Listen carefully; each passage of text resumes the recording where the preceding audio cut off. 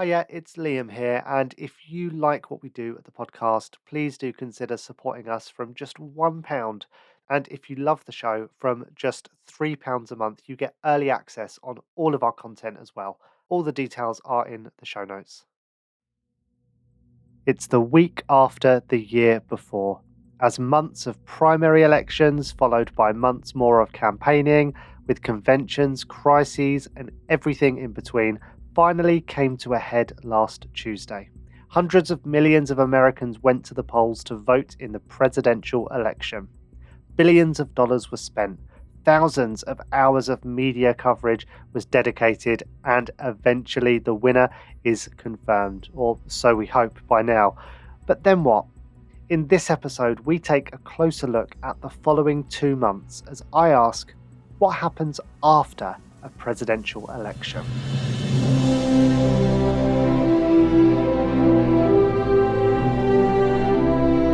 Welcome to America, a history podcast. I'm Liam Heffernan, and every week we answer a different question to understand the people, the places, and the events that make the USA what it is today.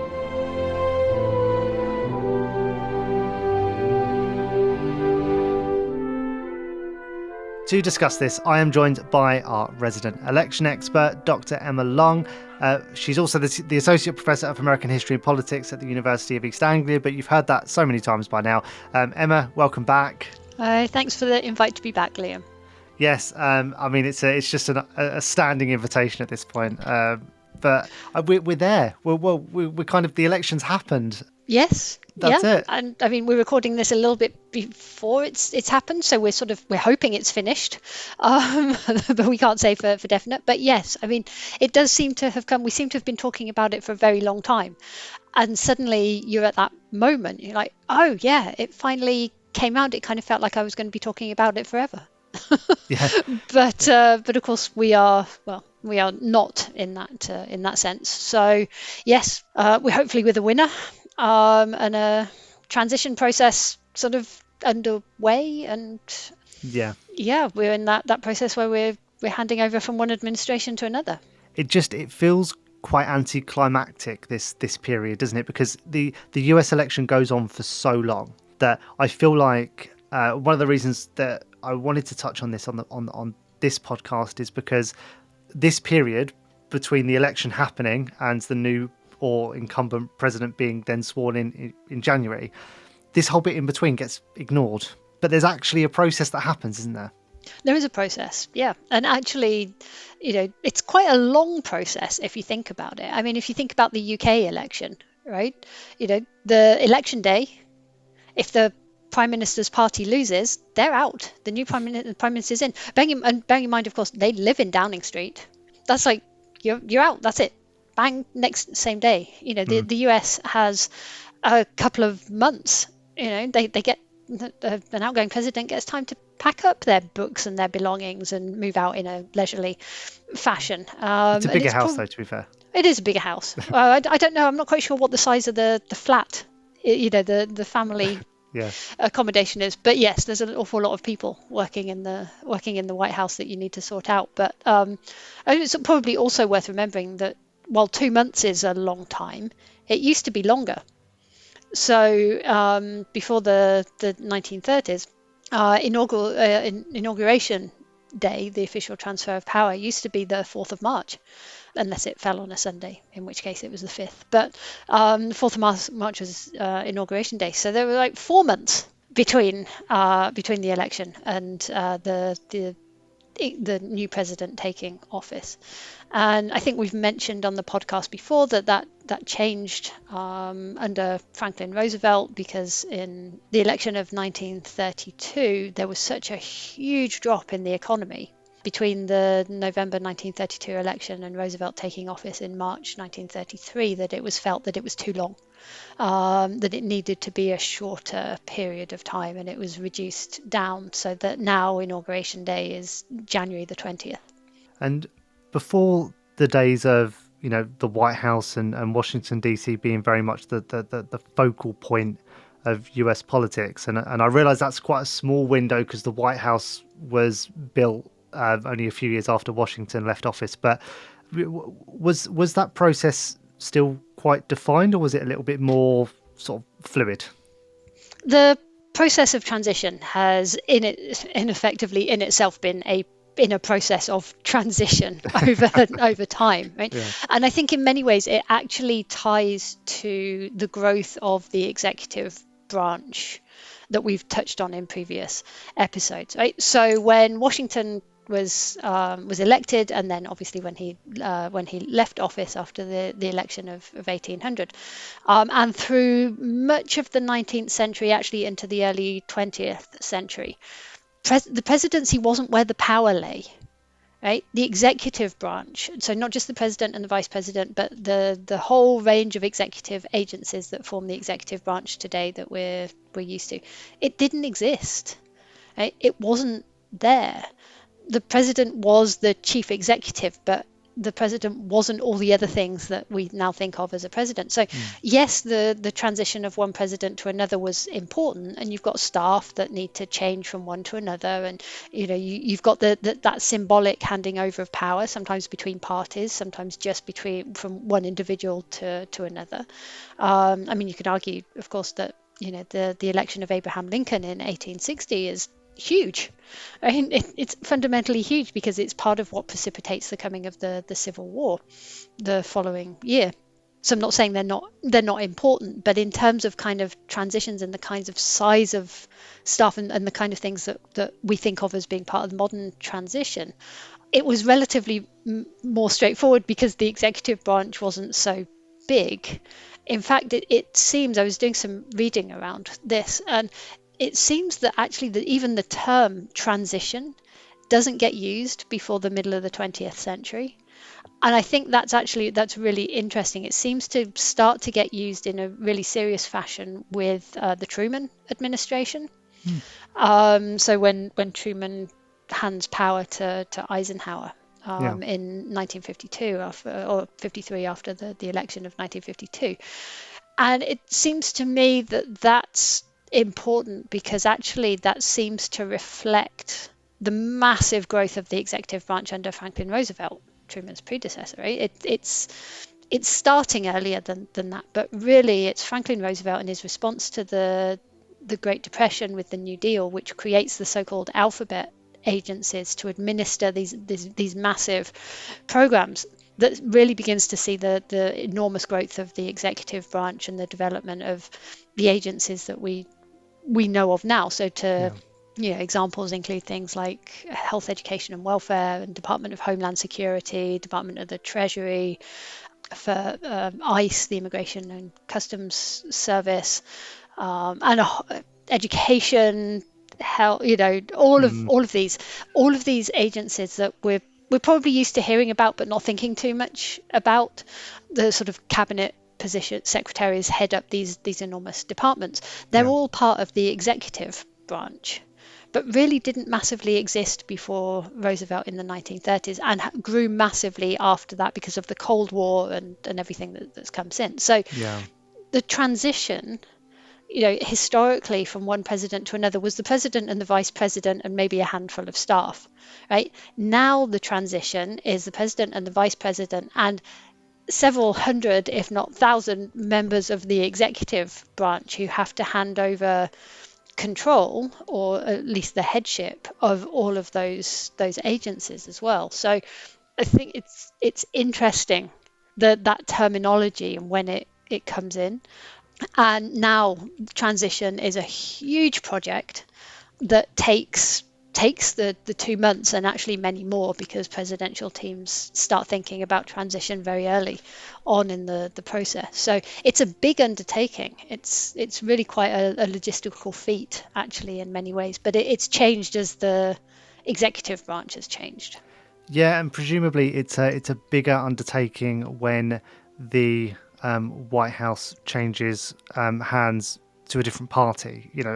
Like for instance, if Harris wins, I'm going to assume that there's going to be a lot less upheaval switching from Biden to Harris as there would be if Biden transfers to Trump. Yeah, and if as well, if you've got a two-term president who's continuing on, there's going to be less upheaval Yeah.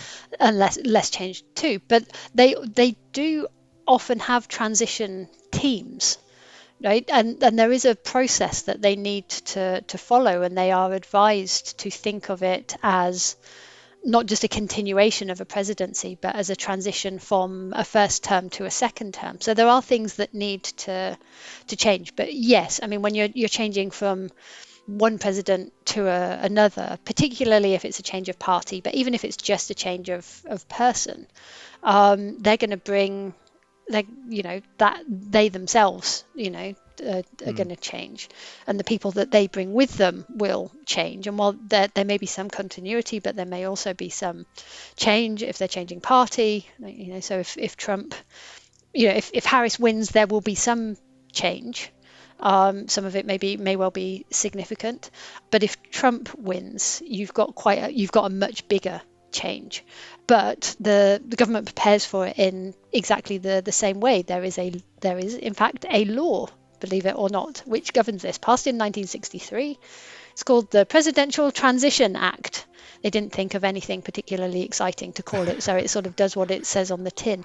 But it requires the General Services Administration within the federal government to start planning for the transition, and it starts a year before the election. So this process for them is already in effect, and they will have started it obviously on the assumption that Biden was running again, because that's what we all thought, right? So it happens regardless of whether there's a change in power or not. So some of it is similar and some of it will change. But yes, it's inevitably a bigger transition when you've got a change of party.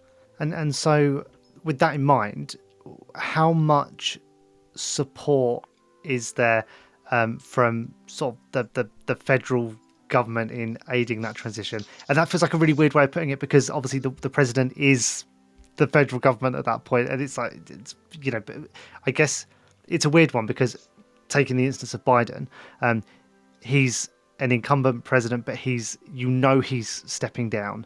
Is it just kind of like, okay, pack up and get on with it, or what? No, because I think you have to remember that the thing, if you think about it as the executive branch, it's easier to think about, right? These agencies are staffed by a lot of people who are civil servants, right? They're not political appointments.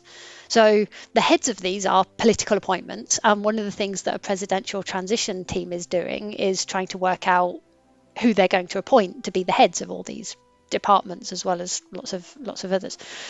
But the staff that work sort of below the heads are mostly civil servant appointments who serve, like in the UK, civil service, and I suspect civil services in other countries too. They are non-political, right? They work with whichever flavour of administration they are required to work with. And part of this law effectively requires each department to have members who are part of the transition team, right? So the idea, because these agencies deal with really huge things: border security, immigration, social security, healthcare. You can't just go, well, we don't like who's coming in, so we're not going to work with them. They'll just have to learn on the job, right? There are really important things that just need to continue. And so within these executive branches, there are people who will be appointed or nominated to work as the transition people, and they will work with the appointed people from the incoming president's transition team to try and make sure that handover from one to the other is as seamless as possible. So that is going on. There are lots and lots of people underneath the president and the vice president who are working at that. And yeah, we don't know. I mean, the 2020 election was a little different, partly because of COVID. Seems like a long time ago now when you think about sort of the differences from that. But things that had perhaps been more normal didn't take place. But when you think about historically, again, Truman, I think, was one of the first who invited, when Eisenhower won the election in 1952, he invited Eisenhower and his wife to the White House to visit and to have a discussion and for briefings. And then Eisenhower did that for Kennedy, and so on and so forth. So it's been part of the process that as well as what's going on in the executive branch broadly, that there's that kind of the recognition and the acceptance and the respect for the results. So there's that transfer. Now that became, even, Obama did that with Trump. Even though I'm quite sure that Obama probably felt like not doing that with Trump, but he did, and he Yeah. extended, that courtesy which Trump took up. It was different in 2020 because, of course, you've got social distancing and all of the rest of that, and also the Yeah. tensions around that. Whether that would happen, I'm sure if Trump won, Biden would, extend the invitation, but whether it would be taken up, I don't know. So it's all part of, some of it is official, some of it is the real nitty gritty, right, of making sure that the business of the federal government continues without interruption. Some of it's sort of ceremonial, and some of it's interpersonal, right, about personal connections and sort of passing the baton on to the next person. So it's the transitions happening at a lot of different levels at the same time. And just to give you an idea of this, there is a budget allocated within the federal government to go towards the cost of transition, because obviously if you've got a lot of people involved in this, you've got to pay them. You've got to cover that. There may be expenses in terms of logistics and moving things around, right? So the General Services Administration, once somebody is declared the winner of the election, and the General Services Administration acknowledge or recognize that that person has been declared the winner, it automatically frees up, and it's about $10 million towards the cost of the transition, and then the candidate has to pay the ballot, whatever is has to pay on top of that for other expenses, out of, I guess, campaign funds and all the rest of it. So in 2016, the incoming Trump administration got, I think, roughly $6 million from the government, and raised another 6.5 million in private funds to cover, if you like, their campaign team costs from the Yeah. side of that. In 2020, Biden got 6.3 million from the federal government and paid a whopping $24 million out of campaign funds for things Jeez. like staff salaries and sort of events and logistics and those kinds of things. So it gives you, I mean, there's a lot of numbers, right, to throw out, but it's really just as a sign of just what kind of size of logistical operation this is, to Yeah. hand over the business of government from one person to another. Yeah, and as you pointed out, we're not just talking about, a few members of staff. It's hundreds of people that are affected by this. And I was going to ask what happens to, any unspent campaign funds, but clearly they find a way to use that in the, in the transition. I think, yeah, I mean, anything that's unspent from the government side goes back into the Treasury Yeah. budget because they're tax dollars. Anything from private campaign donations sort of, yeah, depends on what the campaign then goes on to do. I mean, private funds that are donated to the parties have rules about what then happens to that money that remains unspent at the end of Yeah. the election. So any funds left over then get distributed according to those rules and regulations. Right. So the when this transition is happening, all money aside, there's going to be that process, partly symbolic of the transitioning of power, as you've got a lame duck president handing over to an incoming president. But at what point does that sort of actual power dynamic sort of start to shift? Is there any sort of transition in the actual handing over of powers?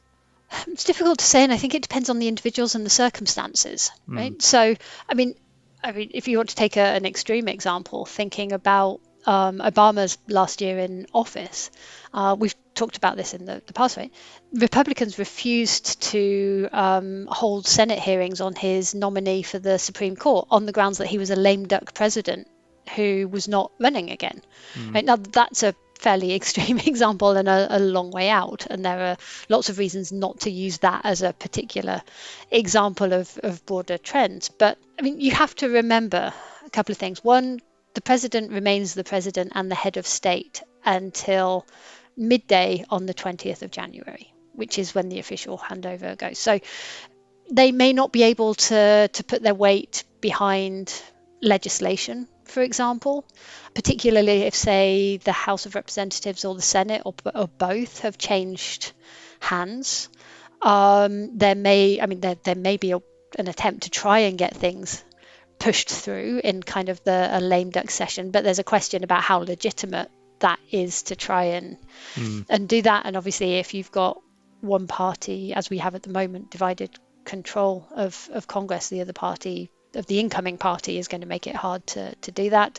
But a president still remains commander in chief of the military, chief diplomat on the world stage, and if major international events are taking place, the president is still the person who needs to take action on that. So there is power there, because there has to be, because the country can't be leaderless. But we do see a diminishing of power, particularly on the domestic front and to some extent on the international front, because people are going to be thinking, well, if I make an agreement with you and your successor is going to come in, are they going to stick to it? Is a new Congress going to ratify a treaty?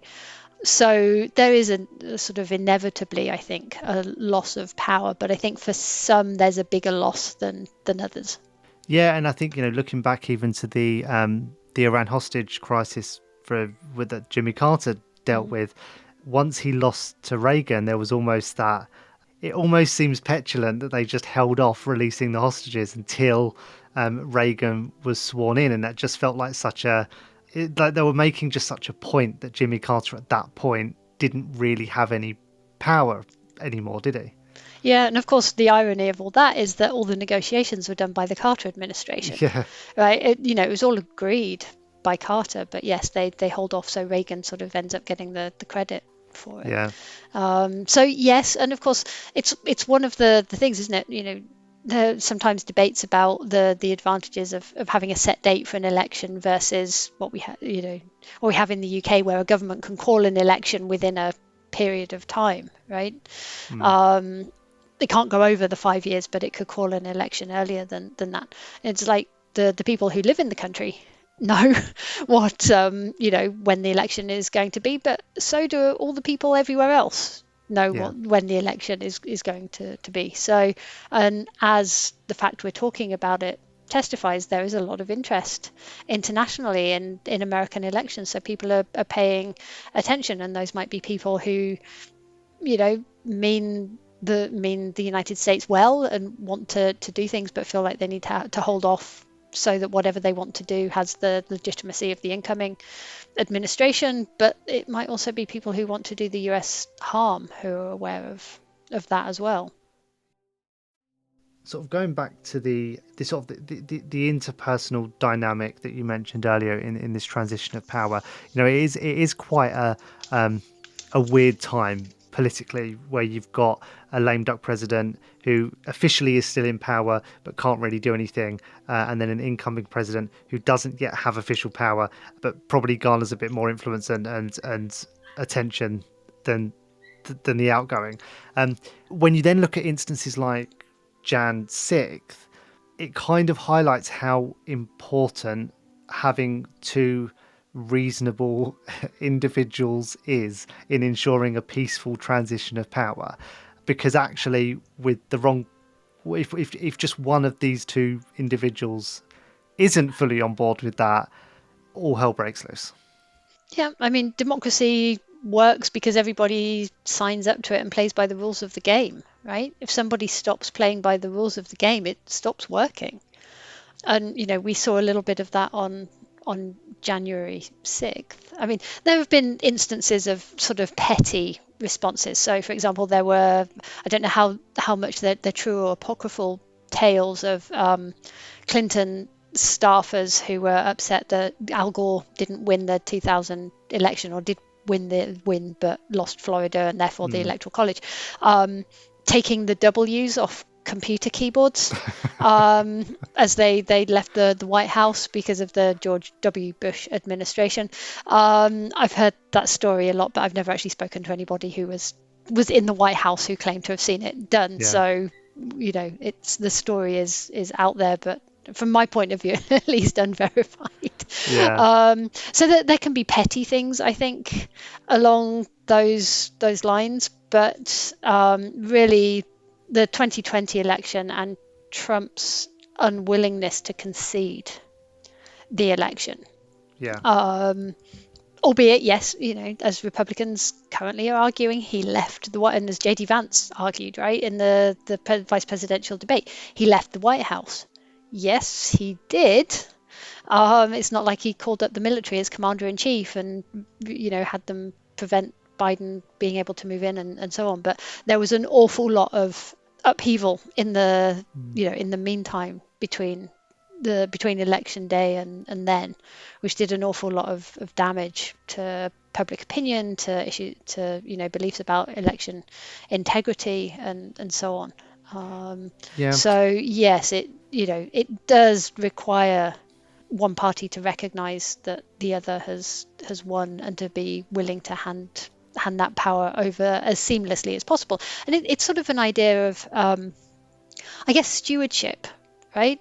The idea that you take on the mantle of president when you are elected, and you look after it for a period of time, and then until it's time to hand it on to the next person, and that next Mm. person might be the person that you wanted it to be, and it might not, but your dedication is to the role of that. I think Obama in his memoirs talks a lot about feeling the responsibility of that, and seeing the role as that kind of that service, right, to the country, to the government, and so on. And it's something that you then pass on.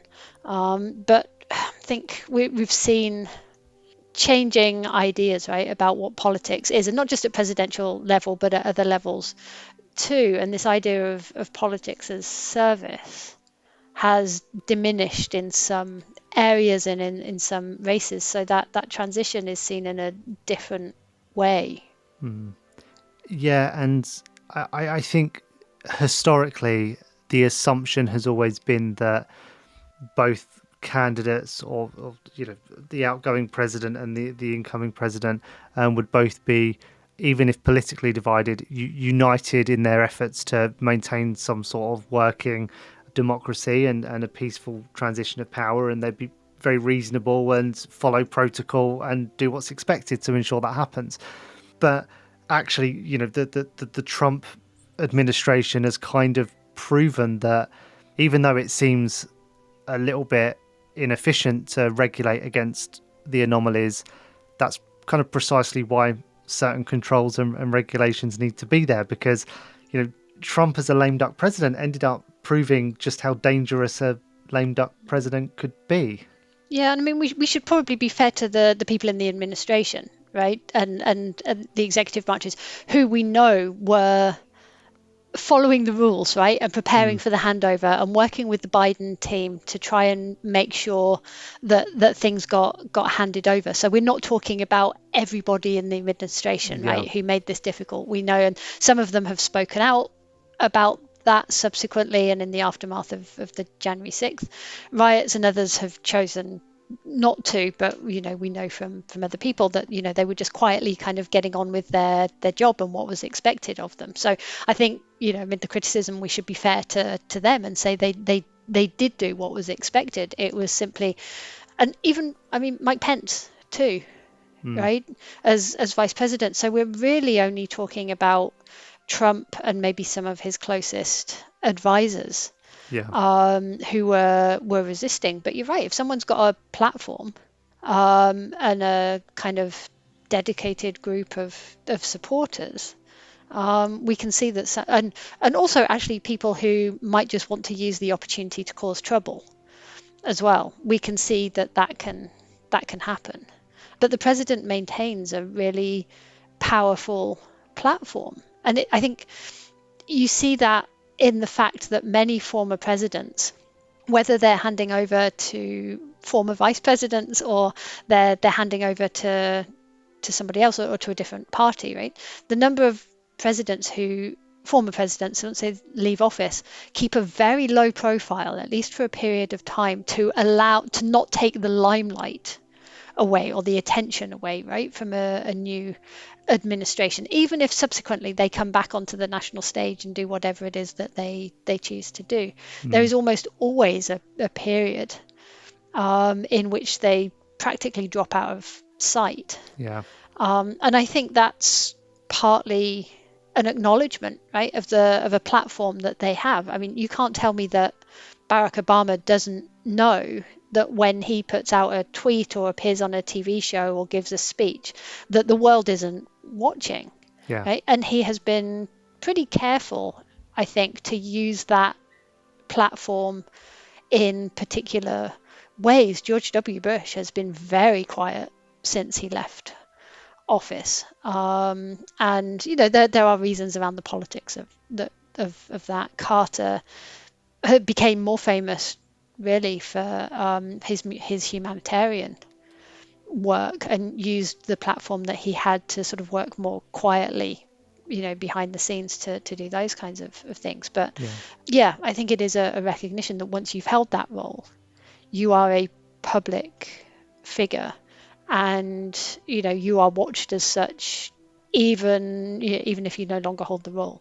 Yeah, and again, it's that symbolicness of officially retaining the title of president for life. With that comes an expectation, a responsibility to conduct yourself in a certain way that represents not just yourself, but the country that you did serve as president for. Yeah, I think it's that dual role, right? On one hand, you are a political appointee with a political agenda and a platform and things that you want to get done, but you're also head of state. And once you're out of office, you may move away from some of the more political, like party political things, but that sort of head of state role, or the legacy, should we say, of the head of state role, never quite goes away, I think. And former presidents have really used that for good, in many ways, or sort of used it in very low key ways. But I think in terms of what we're talking about, it is a recognition that they may have had this lame duck period before they left office, and there may have been things that they weren't able to do that they wanted to do, but they can still have influence. Yes, indeed. And of course, as you said, there's so much about relationships that drive politics, and the president has spent at least 4 years building a lot of very meaningful relationships around the world with a lot of very powerful people, and that doesn't just disappear overnight, does it? No, I like to think there's some kind of world leaders WhatsApp group, and they just all get bumped into the former world leaders WhatsApp group when they the national when security they issues with that. Jeez. Can you imagine? But yeah, of course, and I mean we see that, right, occasionally when former leaders happen to meet up at some other event or whatever. There's a weird kind of nostalgia, because whether we liked them or not, now they're former, we don't have to worry about them in quite the same way. And there's this weird with rose tinted glasses thing that goes back, thinking, oh look, think back to when they were leaders of whenever. But yeah, it's I like the idea of them having these discussions about what's going on in the world. Yeah, that would be lovely, wouldn't it? And I think whatever the outcome of the election, whether we know it or not by now at the time this episode goes out, it's definitely going to be very interesting to keep an eye on what happens. I think anything that involves Trump, one way or the other, has proven somewhat controversial. Yeah, and I think I agree, and I think whatever the outcome of the election, it's probably worth remembering that actually the transition process is sort of part of the electoral process. Yeah. It doesn't just end on election day. It actually runs all the way through to January 20th, when the result of the election is in effect put into, or comes into reality. Yeah. Right. So it may drop out of the news a little bit. It certainly won't be covered with the kind of intensity that the rest of it has been covered from in a normal presidential year, right? There might be the occasional headline about a meeting, or the announcement of who a nomination for a particular cabinet post is going to be, and those kinds of things. But it's going on behind the scenes, but in very, very sort of intense ways for the people who are involved in it. Absolutely, and not just America, but us and the whole world will be watching to see how this all plays out over the next few months. We But will. Emma, you now finally get to have a little hibernation from the podcast for a couple of months, and Listeners, breathe a sigh of relief that they don't have to listen to me for a little while until you see fit to bring me back for something. yeah, well, you can rest until the inauguration, and we'll see you Oh, again in thanks. January. Okay. But yeah, for listeners as well, you might be or might not be glad to know that we are done with politics for a little while. So get your Christmas lights out and forget about the last few months for a little while. So we're going to wrap up this and indeed all of our election coverage. And again, thank you so much, Emma, for joining me for this episode and for all the many others that you've done over the last few months. As always, we'll put some useful links in the show notes. And Emma, remind everyone where can they connect with you? Oh, as regular listeners will know, I am not on social media. So the easiest way to find me is searching for me through the UEA web pages, where you'll find my email and to get in touch that way. Awesome. And I am still on X, so come find me there at This Is The Hef and on LinkedIn too. And if you enjoy the podcast, wherever you're listening to this, do just take 10 seconds out your day to leave us a rating and a review, because it bumps us up the algorithms, helps people find us, and that makes us very happy. And also click follow as well so that all future episodes appear in your feed. Thank you all very much for listening, and goodbye.